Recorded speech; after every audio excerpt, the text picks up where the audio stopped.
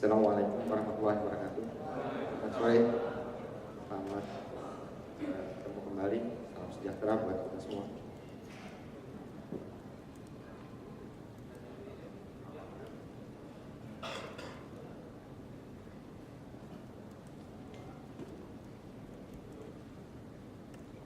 Saya nggak bisa Pak soalnya. Oke, saya dari Telesindo. Saya dengan Hendro. Kita adalah pusat provider, salah satu pusat provider yang ada di Jakarta.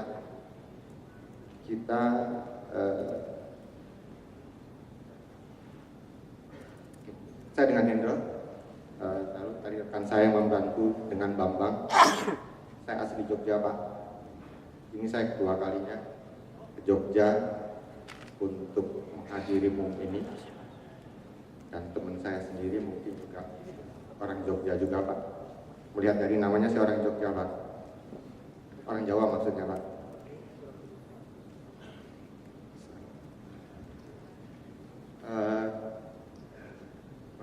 Bapak, ibu-ibu sudah tahu yang namanya Visat Pak?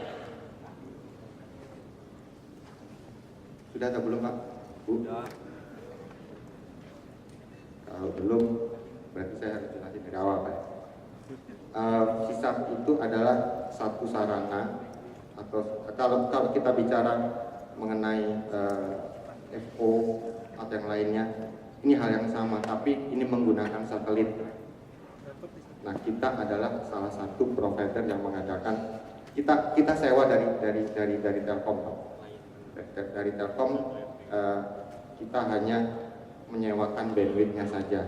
Telkom pemilik satelitnya. Jadi ibaratnya kalau di FO atau di lainnya seperti Bisnet atau yang lainnya ya, itu mereka pemiliknya, kita hanya sewa saja Pak. Demikian juga dengan Visat ini.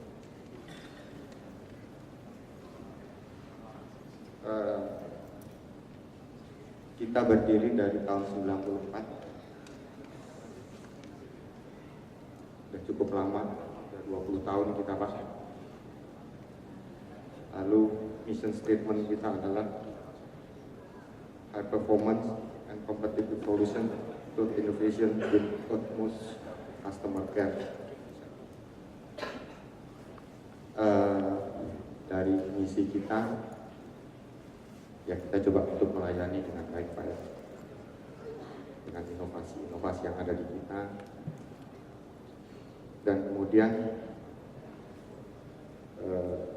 kita coba untuk memberikan satu performance yang baik, lalu kehandalannya, lalu kita coba untuk berinovasi dengan kompetitif, dan selain itu juga kita untuk customer care-nya Pak ya. Hub station kita ada di Jakarta Pak. Itu sistem monitoringnya ada 24 jam. Saya rasa semua sama Pak ya. Setiap provider selalu memberikan monitoring sistem selama 24 jam. Demikian juga kita Pak. Dan satelit yang kita gunakan saat ini adalah Telkom 1 dan Telkom 2 Pak. Jangkauan coverage-nya Pak, seluruh Indonesia Pak. Karena ini adalah milik Telkom, jadi seluruh Indonesia tercakup oleh satelit tersebut. Sudah pasti sinyalnya paling bagus Pak. Semakin dia memudar warnanya, itu semakin jelek sinyal yang diberikan oleh satelit itu Pak.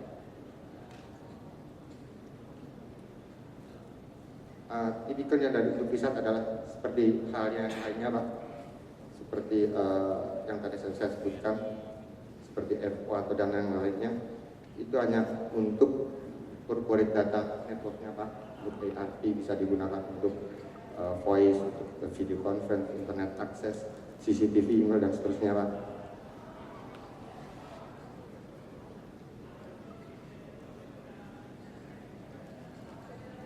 Dengan Visat Pak, mungkin Bapak kalau untuk Pak, seperti yang saya sebutkan, penggunaan FO dan lainnya itu pembangunannya cukup lama Pak ya. bisa 3 bulan atau seberapa. Tapi kalau dengan VSAT Pak, dalam waktu hitungan hari kita sudah bisa melakukan komunikasi Pak ya. Jadi dari antara satu site mereka lalu dengan site lainnya dalam waktu paling lama seminggu itu mereka sudah saling berkomunikasi Pak. Lalu dengan VSAT kita bisa memperoleh high speed aksesnya, dan kalau kita umpamanya dengan yang lainnya Pak, dengan selain VSAT Pak ya maksudnya Pak ya, itu untuk upgrade bandwidth-nya itu biasanya memerlukan beberapa hari Pak. Tapi kalau dengan VSAT pada saat Bapak request pada hari ini Bapak Ibu dapat memperoleh bandwidth yang diinginkan. Jadi dengan waktu yang demikian cepat kita bisa dapat upgrade. Ini pun juga bukan hanya Telesindo saja Pak, tapi semua provider VSAT bisa melakukan hal tersebut. Lalu karena sifatnya tertutup, tidak bisa dilakukan share dengan pengguna lainnya, jelas akan memberikan satu security yang baik Pak untuk penggunaan VSAT ini. Lalu mengenai harganya, itu sesuai dengan yang Bapak pesan. Jadi Bapak memesan 256, 384, 512 dan seterusnya, harga itu yang Bapak bayar kepada provider VSAT. Kalau selain VSAT Pak ya, Bapak hari ini pakai 256, besok atau nanti Bapak penggunaannya lebih, Bapak akan di-charge tambahan. Kalau di VSAT tidak Pak, selalu harganya pasti Pak.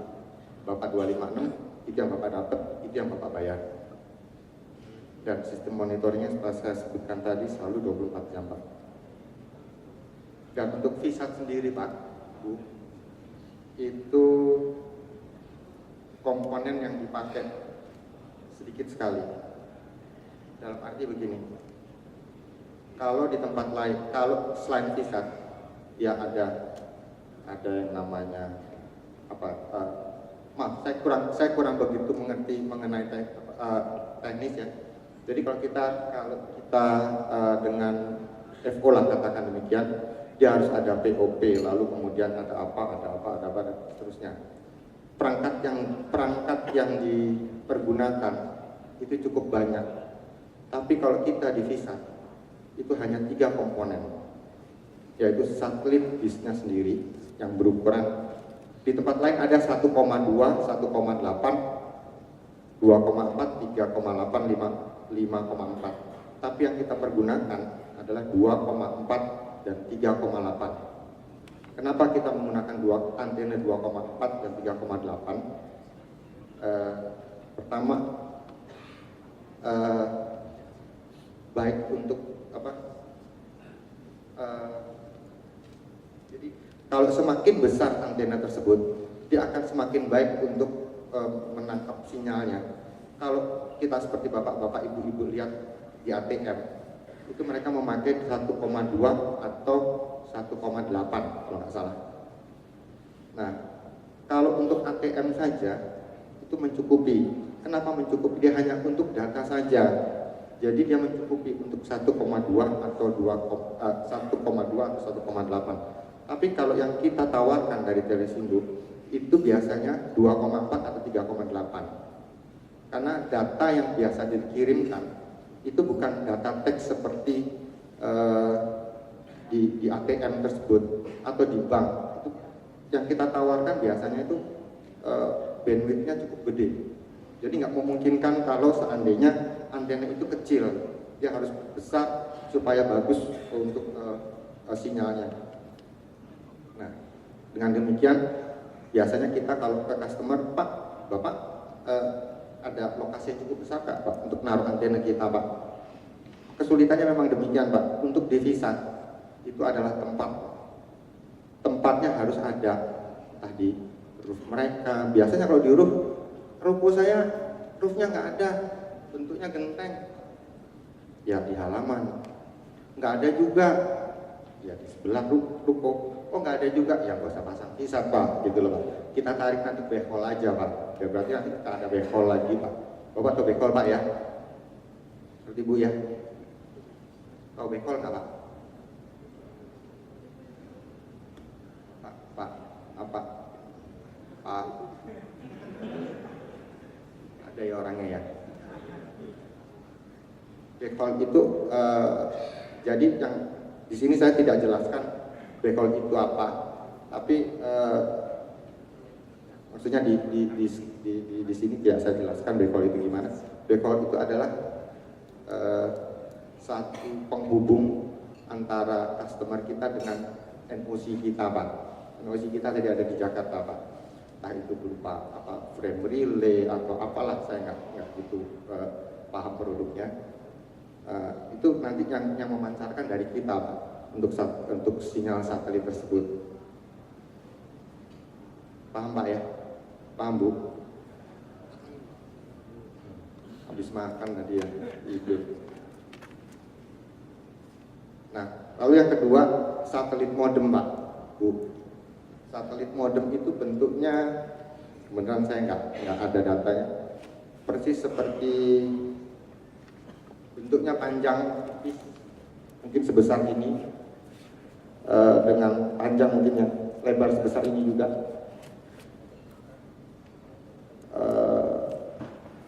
Ya kurang lebih sebesar ini.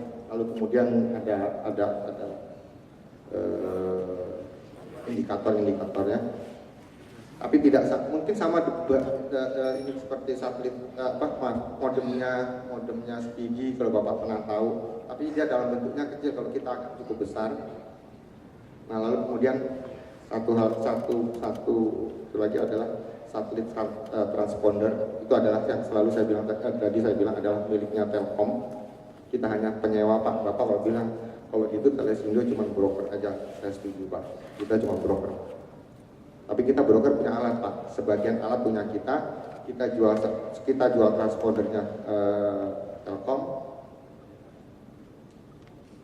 Demikian juga dengan yang lainnya Pak. Bapak kalau tahu Pak, Patrakom atau Primakom dan lainnya, itu hal yang sama, perusahaan yang sama dengan kita Pak.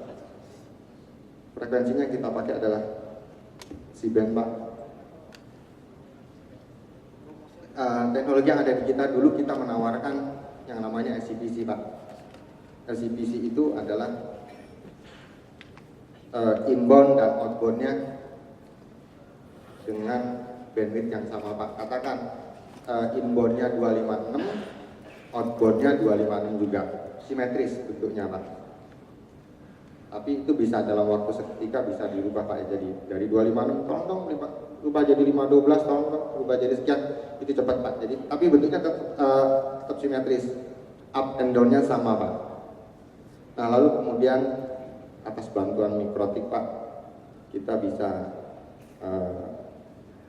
membuat satu produk lagi. Itu dengan nama, kita beri nama MCPC Pak. Up-nya 256 katakan demikian, tapi turunnya bisa 512, bisa 384, bisa 768 dan seterusnya Pak. Itu dibantu sama Mikrotik Pak. Kalau nggak ada Mikrotik mungkin nggak bisa Pak. Bentuknya yang kecil itu dulu kita pakai Pak. Saya dulu bilangnya itu kayak tempat rokok ya itu ya. Itu apa sih? Itu router. Zaman dulu Pak, saya kepikirannya router cuma satu Pak, Master C itu Pak. Bapak tahu yang Master C Pak ya? Cuman itu. Nah ini apa? Ini router. Router kan Master C, nggak ada lain. Saya bilang, enggak, ini sama. Gimana bisa sama? Bentuknya kecil Pak. Harganya Pak nggak nyampe 1 juta Pak. Bisa, saya bilang. Dicoba aja dulu lah. Oke, saya terima. Lalu kemudian Pak, dengan MCPC tersebut Pak, dengan bantuan Mikrotik tadi Pak, yang bentuknya kecil tadi itu Pak, itu kita bisa bandwidth-nya bisa kita share dengan site yang lainnya. Jadi gini Pak, yang SCPC site A dan site B, HO dan site A, katakan demikian, itu bandwidth-nya 256 up-nya, lalu kemudian down-nya 256 juga. Itu yang pertama Pak, MCPC Pak. Kalau dengan MCPC up-nya 256, down-nya 256, itu bisa di-share kalau dia nanti seandainya punya site satu lagi Pak. Jadi site satu lagi katakan site B gitu Pak ya. Site B tersebut katakan dapat 512 lagi Pak. Seumpamanya bandwidth-nya tidak dipakai oleh site A, itu bisa dipergunakan oleh site B. Itu atas bantuan mikrotik Pak. Kalau nggak ada mikrotik, mungkin bisa juga dengan Mr. C tadi, tapi harganya mahal, jualnya juga nggak bisa murah. Akhirnya kita kalah, Resindo bisa tutup Pak. Itu bahaya buat saya. Nah, atas bantuan teman saya yang tadi nolongin komputer tadi, dia bilang tolong dong beli ini, kita bisa bagus. Teman saya tadi ya cukup lumayan ya Pak ya, bagus lah ya. Nah, untuk teknologi VSAT ini Pak, kalau Bapak dengan FO atau dengan yang lainnya, Bapak bisa, latensinya bisa nggak di bawah? Biasanya Bapak FO bilang, latensinya berapa? 100 milisecond, 10 milisecond. Kalau di VSAT tidak Pak. VSAT itu biasanya 500 milisecond Pak. Biasanya itu Pak. Karena apa Pak? Cacat lahir Pak. Cacat lahirnya begini Pak ya. Mungkin ya, teorinya begini Pak. Satelit di angkasa lalu bumi berputar, lalu jarak antara bumi dan satelit, lalu dia balik lagi. Itu katanya menurut hitungannya 500 milisecond Pak. Kurang lebih. Nah, dengan kondisi seperti itu, ya itulah teknologi VSAT-nya Pak jadinya Pak. Kalau dengan Bapak bisa lebih, ya bisa kurang maksudnya Pak ya. Nah, lalu kemudian dengan bantuan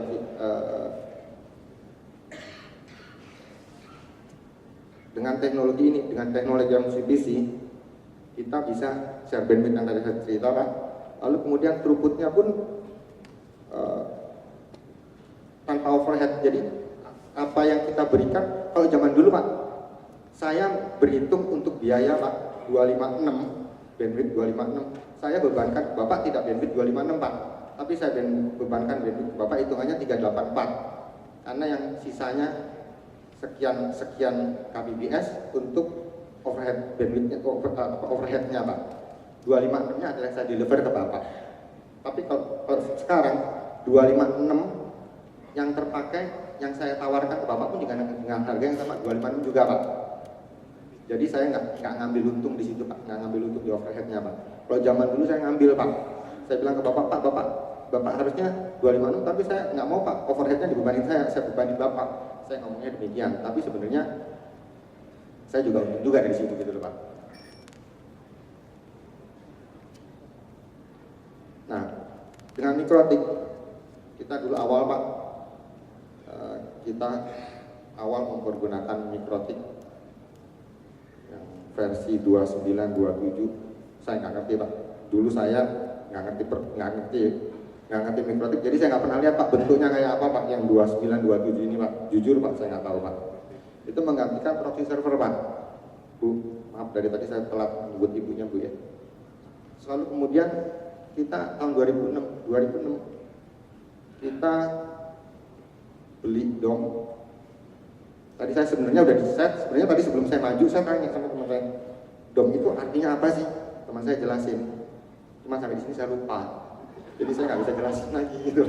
Nah kalau mau tanya teman saya panggil gitu. Itu dari mikrotik OLED tahun 2006 Pak, yang itu menggantikan 3 paketir dengan 1 mikrotik PC. Nah lalu kemudian tahun 2000 dan tahun selanjutnya Pak ya, dari staf kita ada yang dapat sertifikat dari mikrotik OLED, dan tahun 2007 kita ganti mikrotik, kita beli mikrotik RB411 untuk replace Motorola Canopy. Ini pun tadi dijelasin saya sama teman saya, ya karena itu Pak, Bu, saya keterbatasan nggak ngerti teknis, ya begini jadinya. Tapi tetap dipakai terus, besok lo maju ya, susah jadinya buat saya. Nah, tahun 2008 kita ganti semua mikrotik, kita pergunakan mikrotik untuk semua sisa kita. Jadi kita ganti itu Master C semua, kita ganti semua. Tapi saya juga bingung, diganti semua gimana customer saya, bener nggak sih bisa? Tapi ternyata bisa Pak, ternyata bisa Bu. Lucu, saya bilang barang kecil tapi powerful, lucu juga. Nah, lalu tahun 2009 kita ikut MUM yang di Jakarta. Waktu itu karena saya nggak tahu mikrotik, saya diajak. Ngapain saya ikut? Saya nggak ngerti.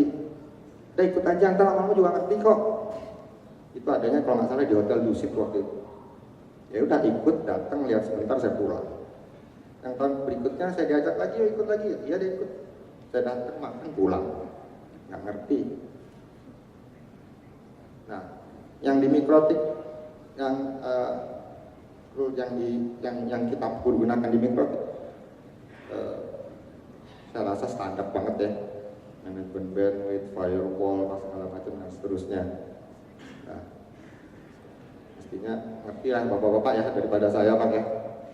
Ini simple script and schedule dan seterusnya. Nah, dengan mikrotik untuk di VSAT itu kita dapat mengontrol semua traffic yang ada di site Pak ya. Jadi kita biasanya yang sudah ada, kita selalu berikan namanya PRTG untuk yang di itu PRTG Mas ya? Mas Utang? Ya, benar namanya PRTG. Itu kita sebagai sarana kontrol kita. Ya itu juga pakai mikrotik juga Mas ya. Nah lalu kemudian dan seterusnya flexible configuration. Nah kesulitannya Pak, nah gini Pak, pada waktu itu saya ada sedikit pengalaman. Jadi pada waktu hari ini katakan demikian, saya diminta customer saya, tolong dong besok gua minta dibuatin supaya di site gua tuh bisa begini gitu. Saya nggak terpikir gimana caranya bisa apa enggak. Saya bicara dengan bagian network, Pak, Mas, tolong dong, customer saya tuh minta begini nih, bisa dibuatin nggak? Bisa. Oh ya udah, tolong ya, supaya besok bisa jadi bisa. Gimana caranya saya nggak tahu. Saya tinggal tidur. Besok pagi saya bangun, saya tanya, sudah selesai? Sudah tuh, bisa dipakai. Enak bener. Kok gampang? Waktu yang lalu dengan Master C kayaknya susah. Bentar ya, gue belajarin. Bentar ya, minggu depan, bulan depan, tahun depan, lupa saya. Bablas, nggak jadi itu di konfigur. Nah, memang menurut ceritanya tadi kata teman saya, kalau mikrotik di MCPC itu kesulitannya cuma apa? Setting yang kompleks. Saya juga ngerti Pak. Setting yang kompleks itu seperti apa saya nggak ngerti. Yang saya tahu, pokoknya saya minta itu bisa. Pokoknya saya minta itu bisa. Jadi saya pikir mudah. Itu yang ada di benak saya. Tapi di benak mereka, di benak bagian network sulit katanya, terlalu banyak komennya. Jadi itu salah satu kelemahan mikrotik mungkin Pak. Nah saya nggak ngerasain Pak. Nah untuk yang selanjutnya Pak, kita punya customer dengan mikrotiknya. Jadi pada saat saya dulu maju Pak ke customer saya ditanya oleh customer saya, kamu pakai apa? Kita pakai satelit modemnya ini, dan lalu kemudian kita pakai mikrotik. Loh kok pakai mikrotik? Mikrotik jelek, nggak umum, belum dipakai. Kenapa nggak pakai Cisco? Cisco mahal, gitu. Kalau mahal, lalu kemudian saya jual harga murah, lah kapan saya gajian? Saya bilang kan nggak mungkin. Jadi harusnya kalau mau ya dengan mikrotik, dengan harga yang saya tawarkan. Mereka bilang enggak deh, lebih baik nggak usah jadi. ya nggak apa-apa. Tapi kalau nggak jadi, besok saya gimana kerjanya? Tolongin saya. Akhirnya mereka tolong saya, bantu saya untuk dapetin hal ini, dapetin pekerjaan ini. Lalu mereka juga bertanya, bener nggak sih Mikrotik bisa bantu mereka? Bisa nggak Mikrotik support visa? Itu pertanyaan mereka. Karena selama ini mereka nggak pernah tahu kalau Mikrotik itu bisa mensupport untuk visa. Saya pun juga nggak tahu bisa atau enggak, karena saya juga nggak tahu juga Pak dari zaman dulu Pak Mikrotik itu kayak apa. Lalu akhirnya saya dapatkan proyek ini. Belakangan saya tahu Pak, Cisco mereka Master C mereka diganti dengan Mikrotik Pak. Jadi mereka juga akhirnya ya pakai Mikrotik juga Pak. Maaf ya Bu ya, Bu juga pakai Mikrotik juga customer saya. Nah selain itu juga kita itu juga biasanya kalau kita di mining kita, karena perusahaan Telesindo itu banyak menjual produknya kepada mining, lalu kemudian kepada perkebunan, dan kita juga punya partner juga di Singapura ya, itu untuk pengeboran minyak ya, dan kemudian yang lain-lainnya. Oke, ini teman saya foto di depan apa namanya mobil ini, kendaraannya saya nggak begitu ngerti, dan ini ada navisat kita salah satunya yang ada di customer, jadi kita memberikan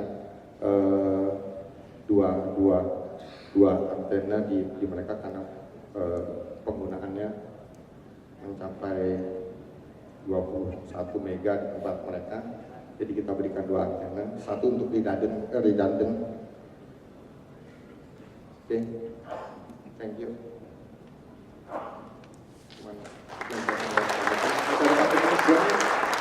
Mungkin ada pertanyaan, kalau ada yang nanya teknis sama teman saya ya, nama saya. Oke, satu pertanyaan aja. Kalau misalnya ada yang mau nanya. Oke, kayaknya ini mau nanyanya nanti lebih private di belakang Pak kayaknya. Oh, ya boleh Pak. Oh nggak boleh ya? Boleh Pak. Oke, ada pertanyaan mungkin? Masih ada waktu sedikit, 1 menit. Satu penanya.